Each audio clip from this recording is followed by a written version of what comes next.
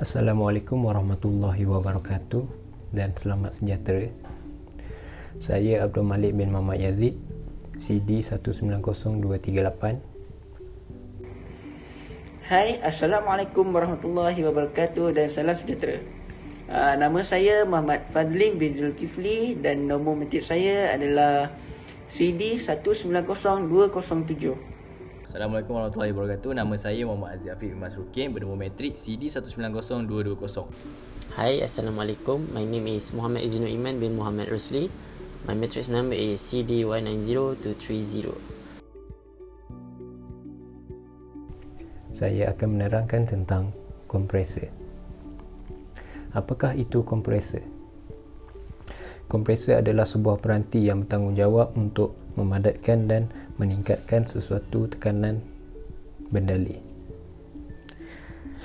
Kedua, kuasa yang dibekalkan ke dalam peranti ini adalah punca daripada luar dan dipanggil sebagai rotating shaft. Selain itu, terdapat kipas di dalam peranti ini yang berfungsi untuk meningkatkan tekanan gas dan ia digunakan untuk menggerakkan gas tersebut. Sebuah kompresor berfungsi untuk memadatkan sesuatu bendali dalam tekanan yang tinggi. Sebagai contoh, terdapat dua peranti yang berperanan untuk memadatkan bendali, iaitu pam berfungsi untuk memadatkan cecair, manakala air kompresor berfungsi untuk memadatkan gas. Saya akan teruskan kepada air kompresor.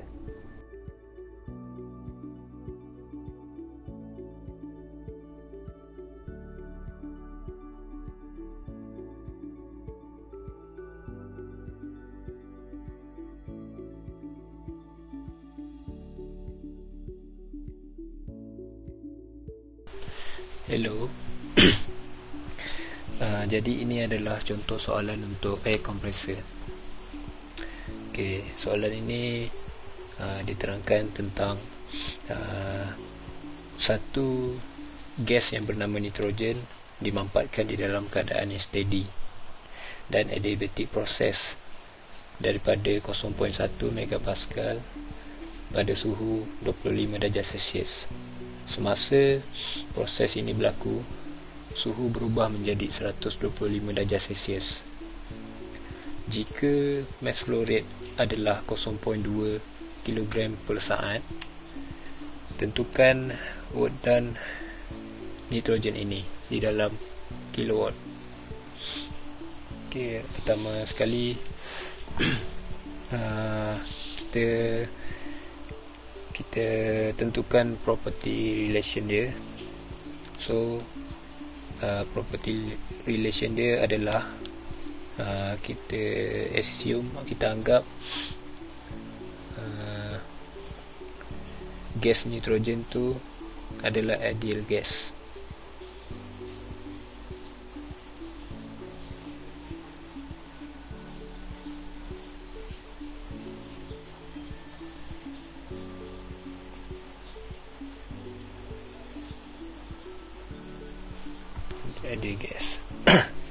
Jadi kita akan rujuk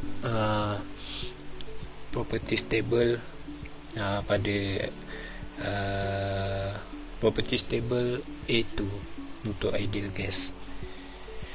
So proses dia adalah steady dan adiabatic. Steady dan adiabatic.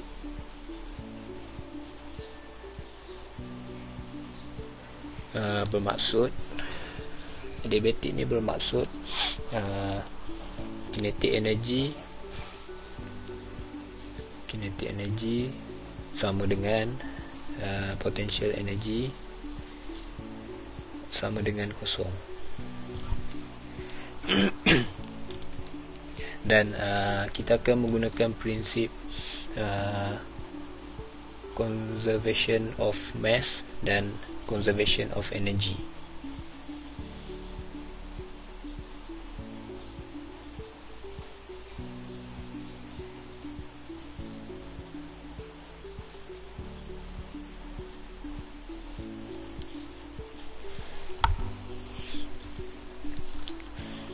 Okay. Conservation of mass. Conservation of mass, kita boleh tulis jumlah m0 masuk sama dengan jumlah m0 keluar, atau kita boleh tulis m0 sama dengan m0 masuk sama dengan m0 keluar. Okay, so kita tulis seterusnya kita tulis conservation of energy. Conservation of energy sama dengan Q0 tambah jumlah m0 masuk darab dengan H1 tambah V1 kuasa 2 per 2 tambah GZ1 sama dengan W0 ataupun work done tambah jumlah M0 keluar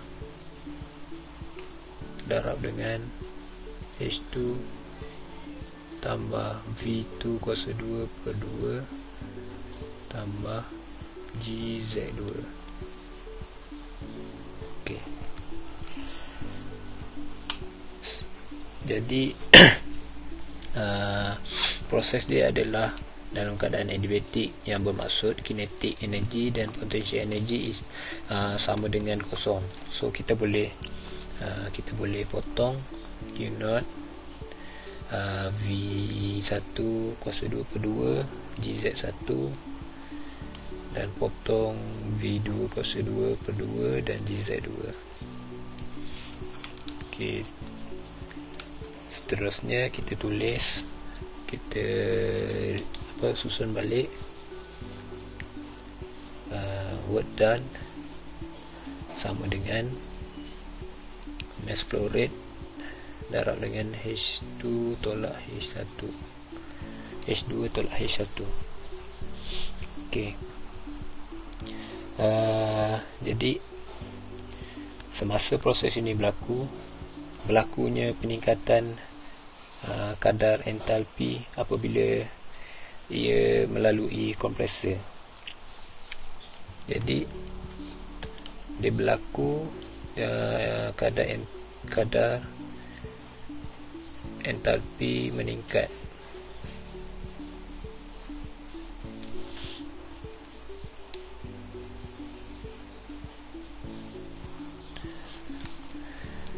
Jadi kita tulis work yang masuk sama dengan work done per dengan mass flow rate sama dengan H2 tolak H1. Okey. Ini yang berlaku apabila peningkatan entalpi.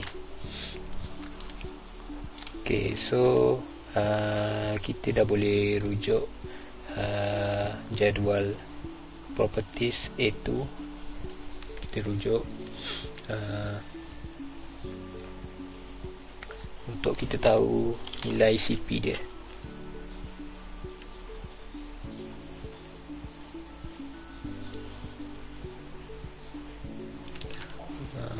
Nak tahu nilai CP dekat pada suhu 300 Kelvin sama dengan 0.39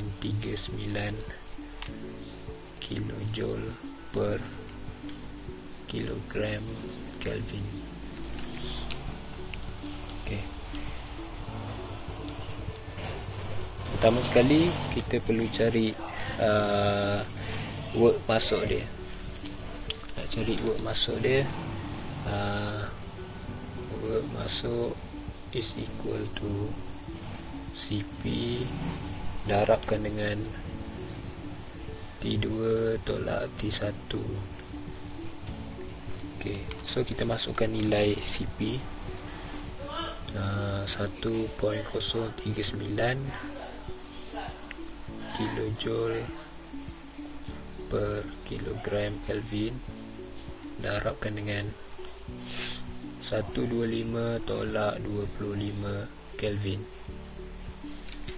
So kita tekan kalkulator, kita dapat 103.9 kilojoule per kilogram.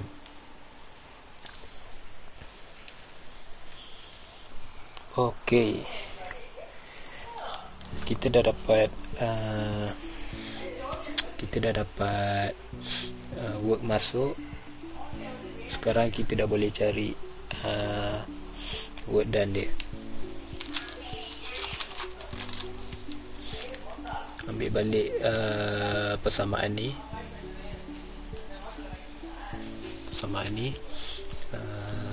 So kita tinggalkan, kita tulis balik lah. Kita tulis balik work masuk sama dengan work done per dengan mass flow rate.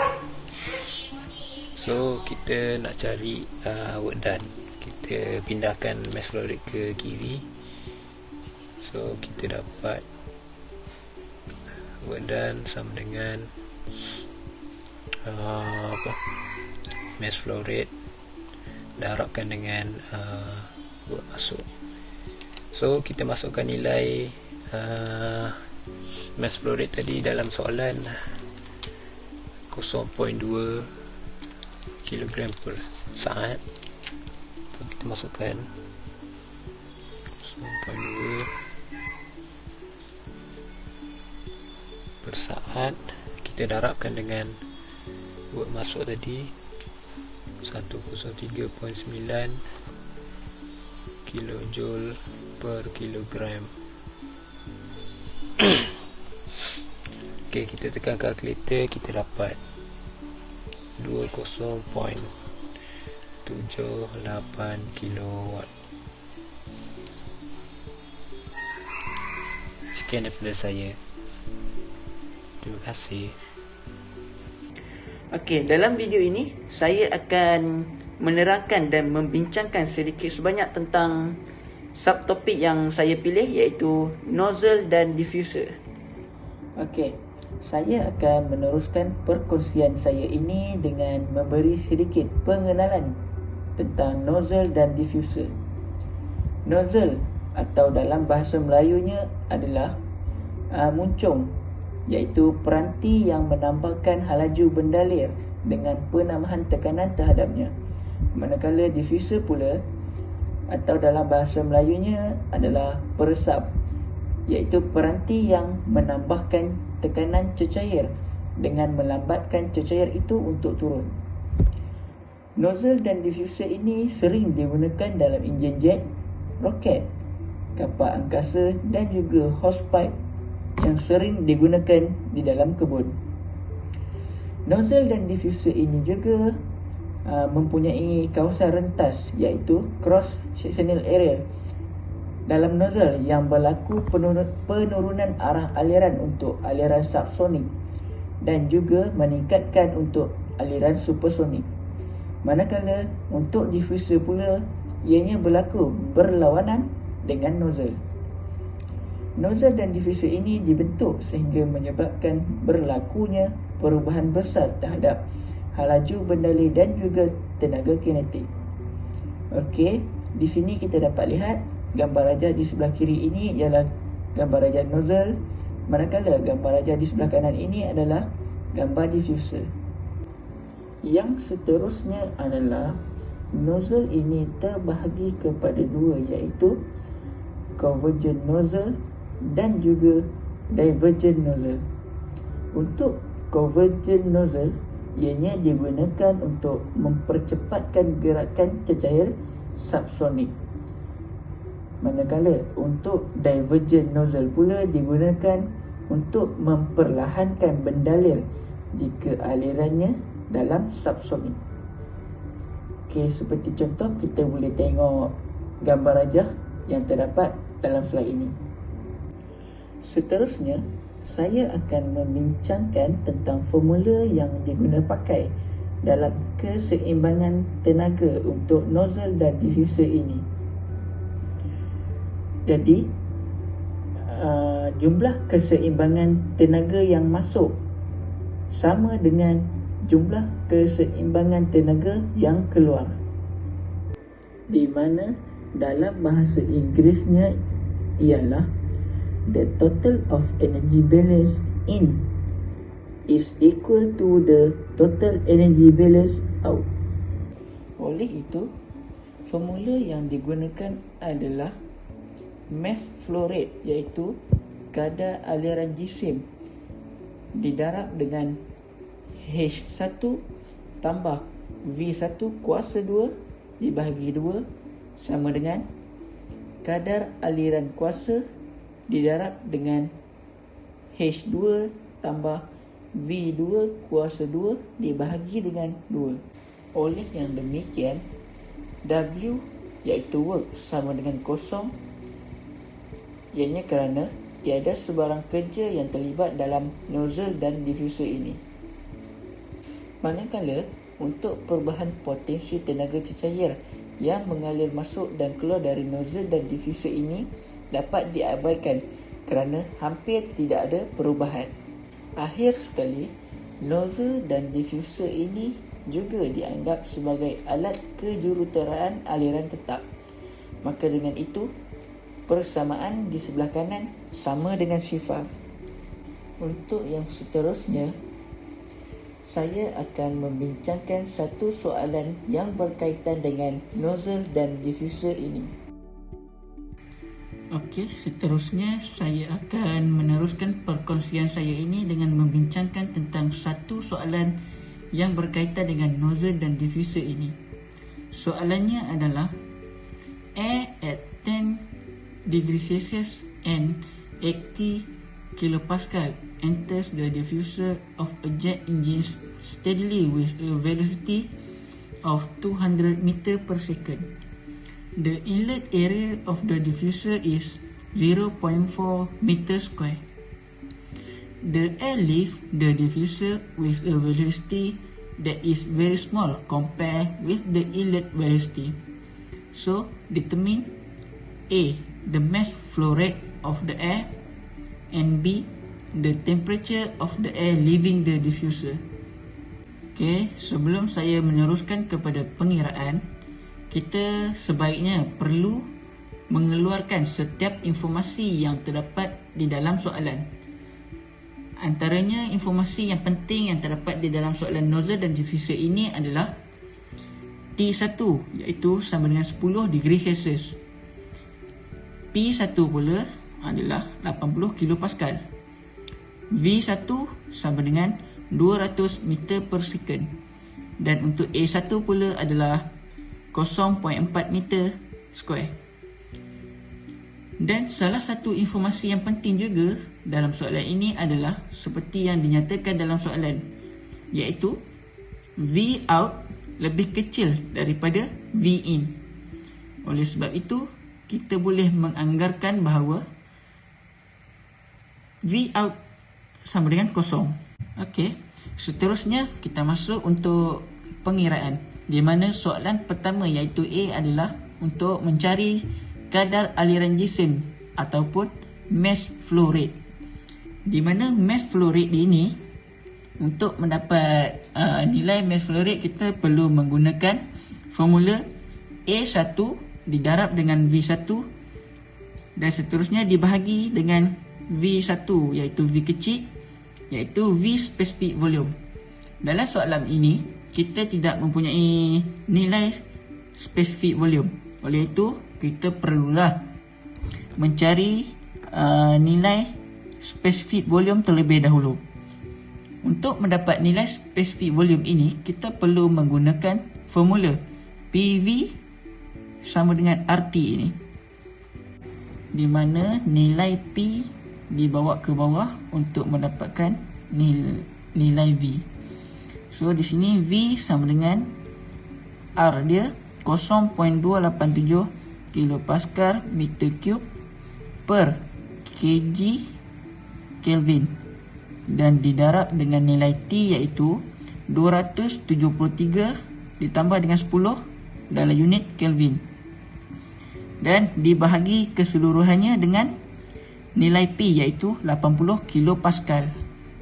Setelah dikira dengan menggunakan kalkulator, kita akan mendapat jawapannya iaitu 1.015 meter cube per kilogram. Okey, untuk kita tahu macam mana dapat unit meter cube per kg ini adalah dengan unit kPa ini dipotong dengan kilopascal ini, dan Kelvin ini juga dipotong dengan Kelvin ini. So unit yang tinggal adalah meter cube dengan kilogram. Oleh itu unit kat sini kita dapat meter cube per kilogram. Selepas kita mendapat nilai spesifik volume ini, semestinya kita dapat cari nilai mass of flow rate ini, di mana nilai mass flow rate ini seperti yang dicakap tadi, formulanya adalah A1 darab dengan V1 dan dibahagi dengan V kecil iaitu V specific volume. Seperti yang dinyatakan dalam soalan, A1 adalah 0.4 dan V1 adalah 200. Manakala spesifik volume tadi kita dapat 1.05. Selepas kita masukkan semua nilai dan tekan kalkulator, kita akan mendapat hasil jawapan ini. Jawapan ini juga dalam unit kilogram per second. Oleh yang demikian, inilah jawapan untuk soalan A, iaitu mass flow rate yang diminta dalam soalan. Soalan yang seterusnya iaitu soalan B, the temperature of the air leaving the diffuser, di mana temperature leaving ni adalah T out iaitu T2. So dia nak, soalan ni nak kita cari T2. Seperti yang kita tahu, kadar perubahan tenaga adalah sama dengan kosong. Okey, berdasarkan formula untuk kita mencari energy balance iaitu E in sama dengan E out. Oleh yang demikian, ianya terus boleh menggunakan formula mass flow rate didarab dengan H iaitu enthalpy in tambah V iaitu velocity in kuasa 2 dibahagi 2 sama dengan mass flow rate didarab dengan enthalpy out iaitu H out tambah V out kuasa 2 per 2. Nilai mass flow rate ini kita boleh potong sebab dia mempunyai nilai yang sama. Oleh itu kita tulis semula formula yang untuk kita guna nak cari T2 tu, iaitu H in tambah V in kuasa 2 per 2 sama dengan H out tambah V out kuasa 2 per 2. Okey, sekarang kita hanya perlu memasukkan nilai yang telah diberikan ke dalam formula yang kita nak pakai ni, di mana nilai H in adalah 283.14 kilojoule per kilogram ditambah dengan nilai V in iaitu 200 kuasa 2 per 2. Okey, di sini kita perlu berhati-hati dengan unitnya supaya kita tidak silap pada akhir jawapan. Dan sama dengan H out. H out ni kenapa dia hanya H out saja? Kerana tadi di dalam soalan sudah dinyatakan bahawa V out adalah lebih kecil daripada V in. So kita anggarkan V out ini sama dengan kosong. Okey, setelah kita menggunakan kalkulator untuk mengirakan semua ni, kita akan mendapat nilai H out, di mana H out kita dapat 303.14 kilojoule per kilogram.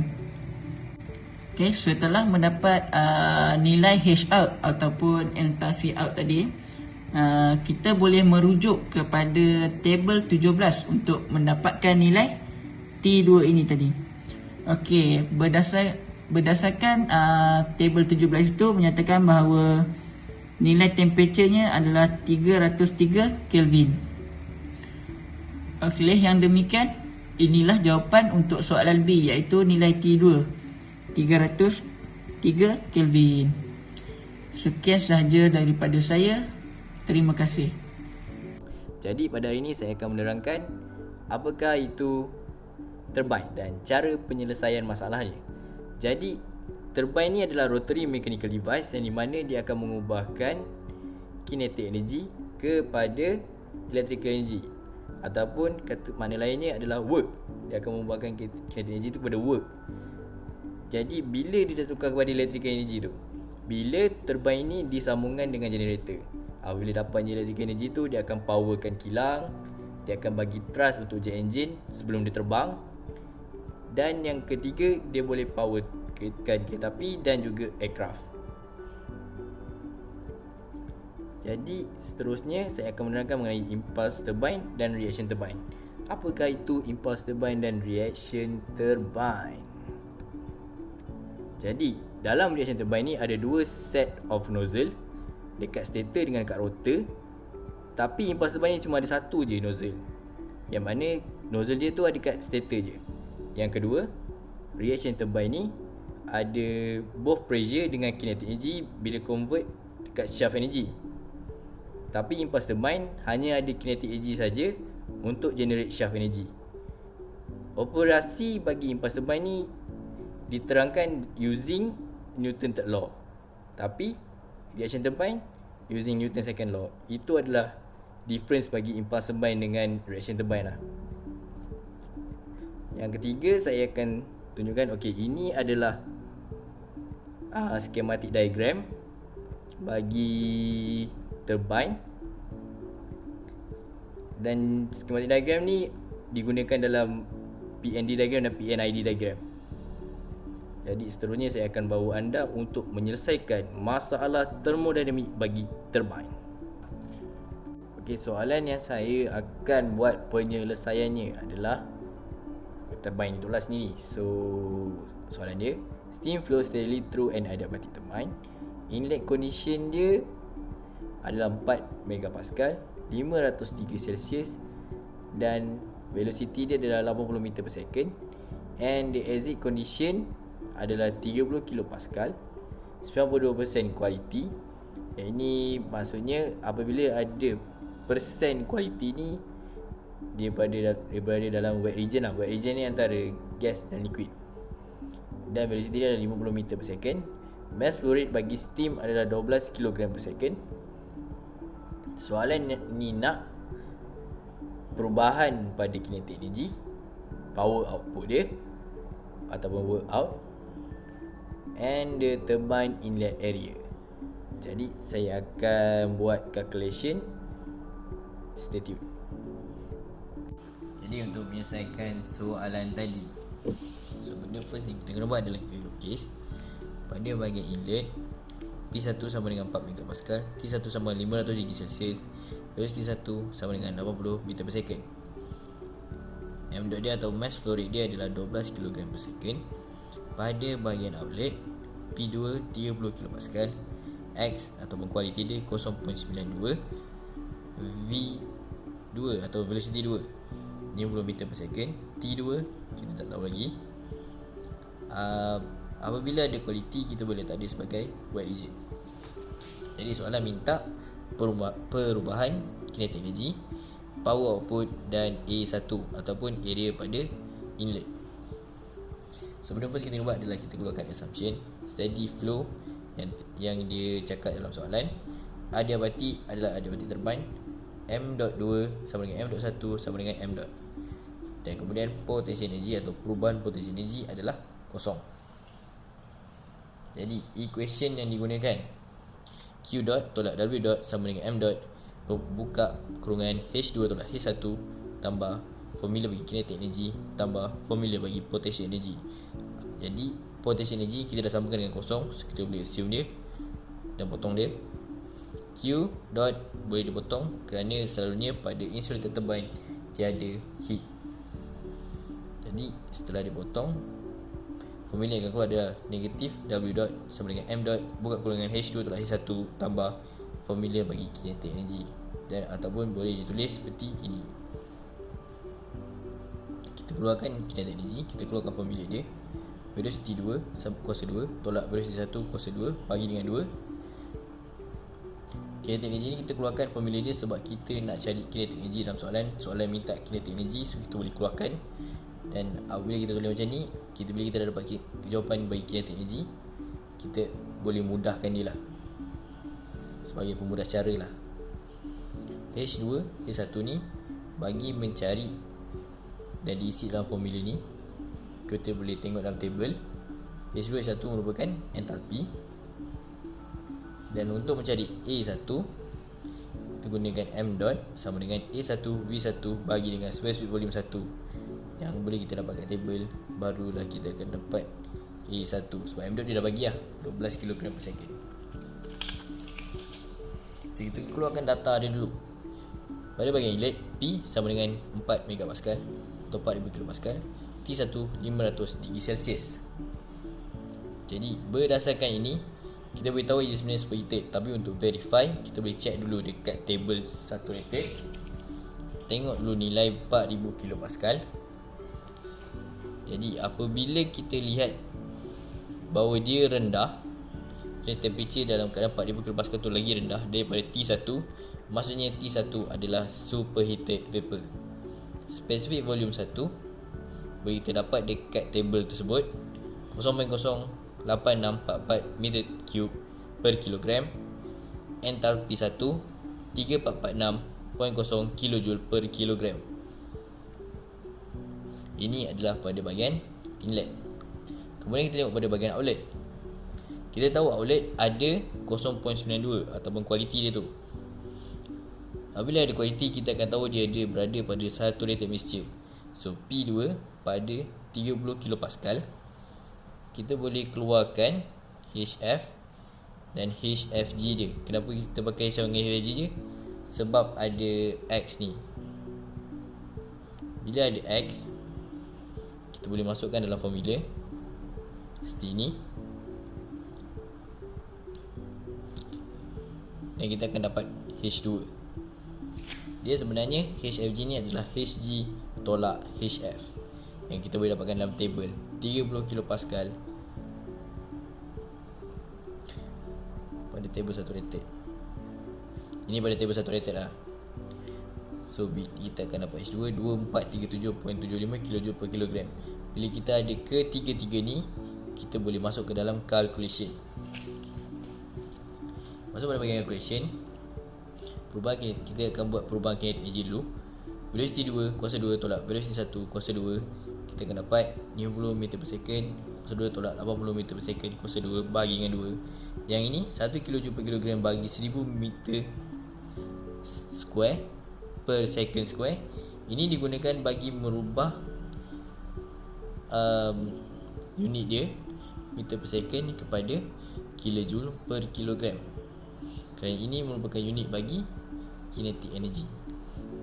So kita akan dapat negatif 1.195 kilojoule per kilogram. Seterusnya kita nak cari W dot. Kita isi balik apa yang kita dapat daripada H2 dan H1 tersebut, 2437.75 kJ per kilogram tolak 3446.0 kJ per kilogram tambah dengan kinetic energy yang kita dah cari tadi. Jadi apabila kita dah buat, jadi kita akan dapat 12,122 kW sama dengan 12.1 megawatt. Kenapa saya letak megawatt? Sebab 1 kilowatt bersamaan dengan 1 kilojoule per second. So seterusnya kita akan buat M dot, yang ni A1 V1 bagi dengan specific volume 1. A1 M dot, kita akan terbalikkan dia dan kita akan dapat jawapan. Kita akan masukkan 12 kg per second darab dengan 0.0844 meter cube per kilogram, 80 meter per second, dan kita akan dapat bagi area outlet 0.01 bagi area inlet 0.013 meter square. Dengan ini tamatlah presentation bagi part turbine. Saya serahkan kepada presenter seterusnya. I will explain about pipe and duct flow. Pipes and ducts are used to transfer fluid from one device to another. Flow through a pipe or a duct can be treated as a steady flow process since the start up and shut down periods, which are transient process, are excluded. As we can see the diagram, pipes are used to transfer fluid from one device to another. The transport of liquids or gases in pipes and ducts is of great importance in marine engineering applications. Flow through a pipe or a duct usually satisfies with steady flow conditions.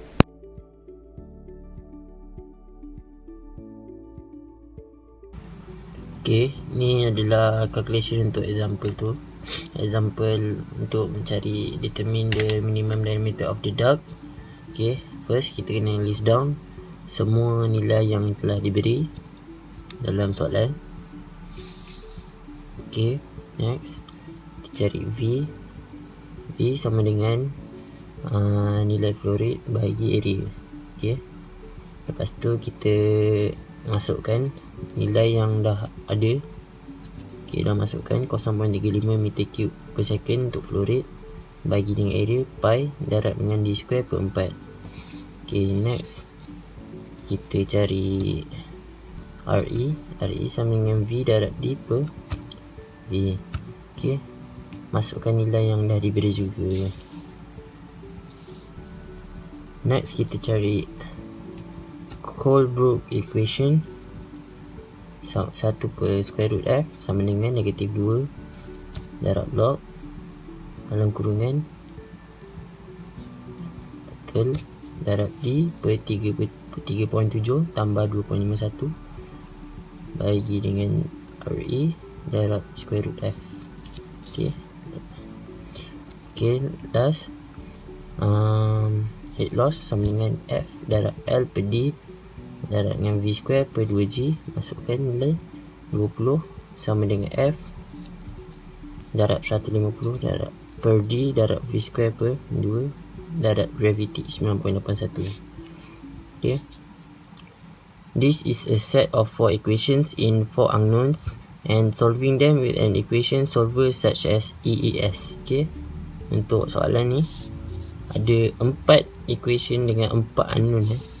Kita kena selesaikan menggunakan equation solver seperti EES.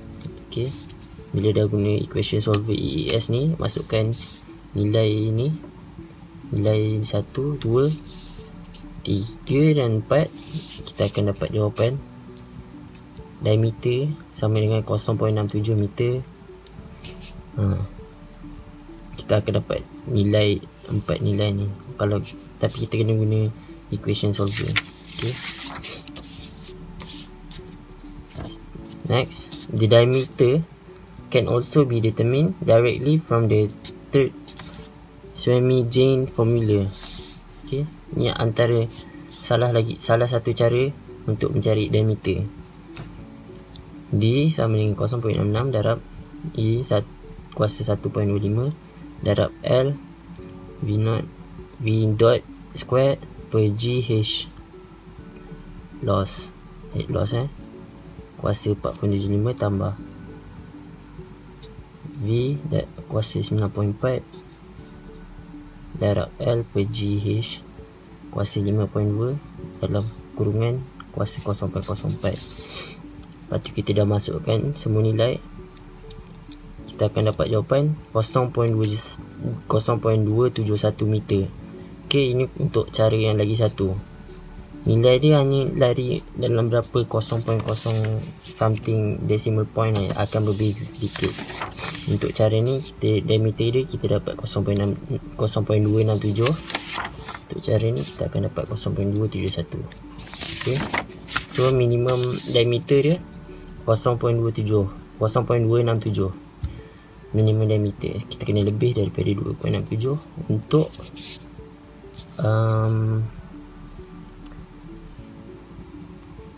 jika pipe tak lebih 20 meter untuk head loss.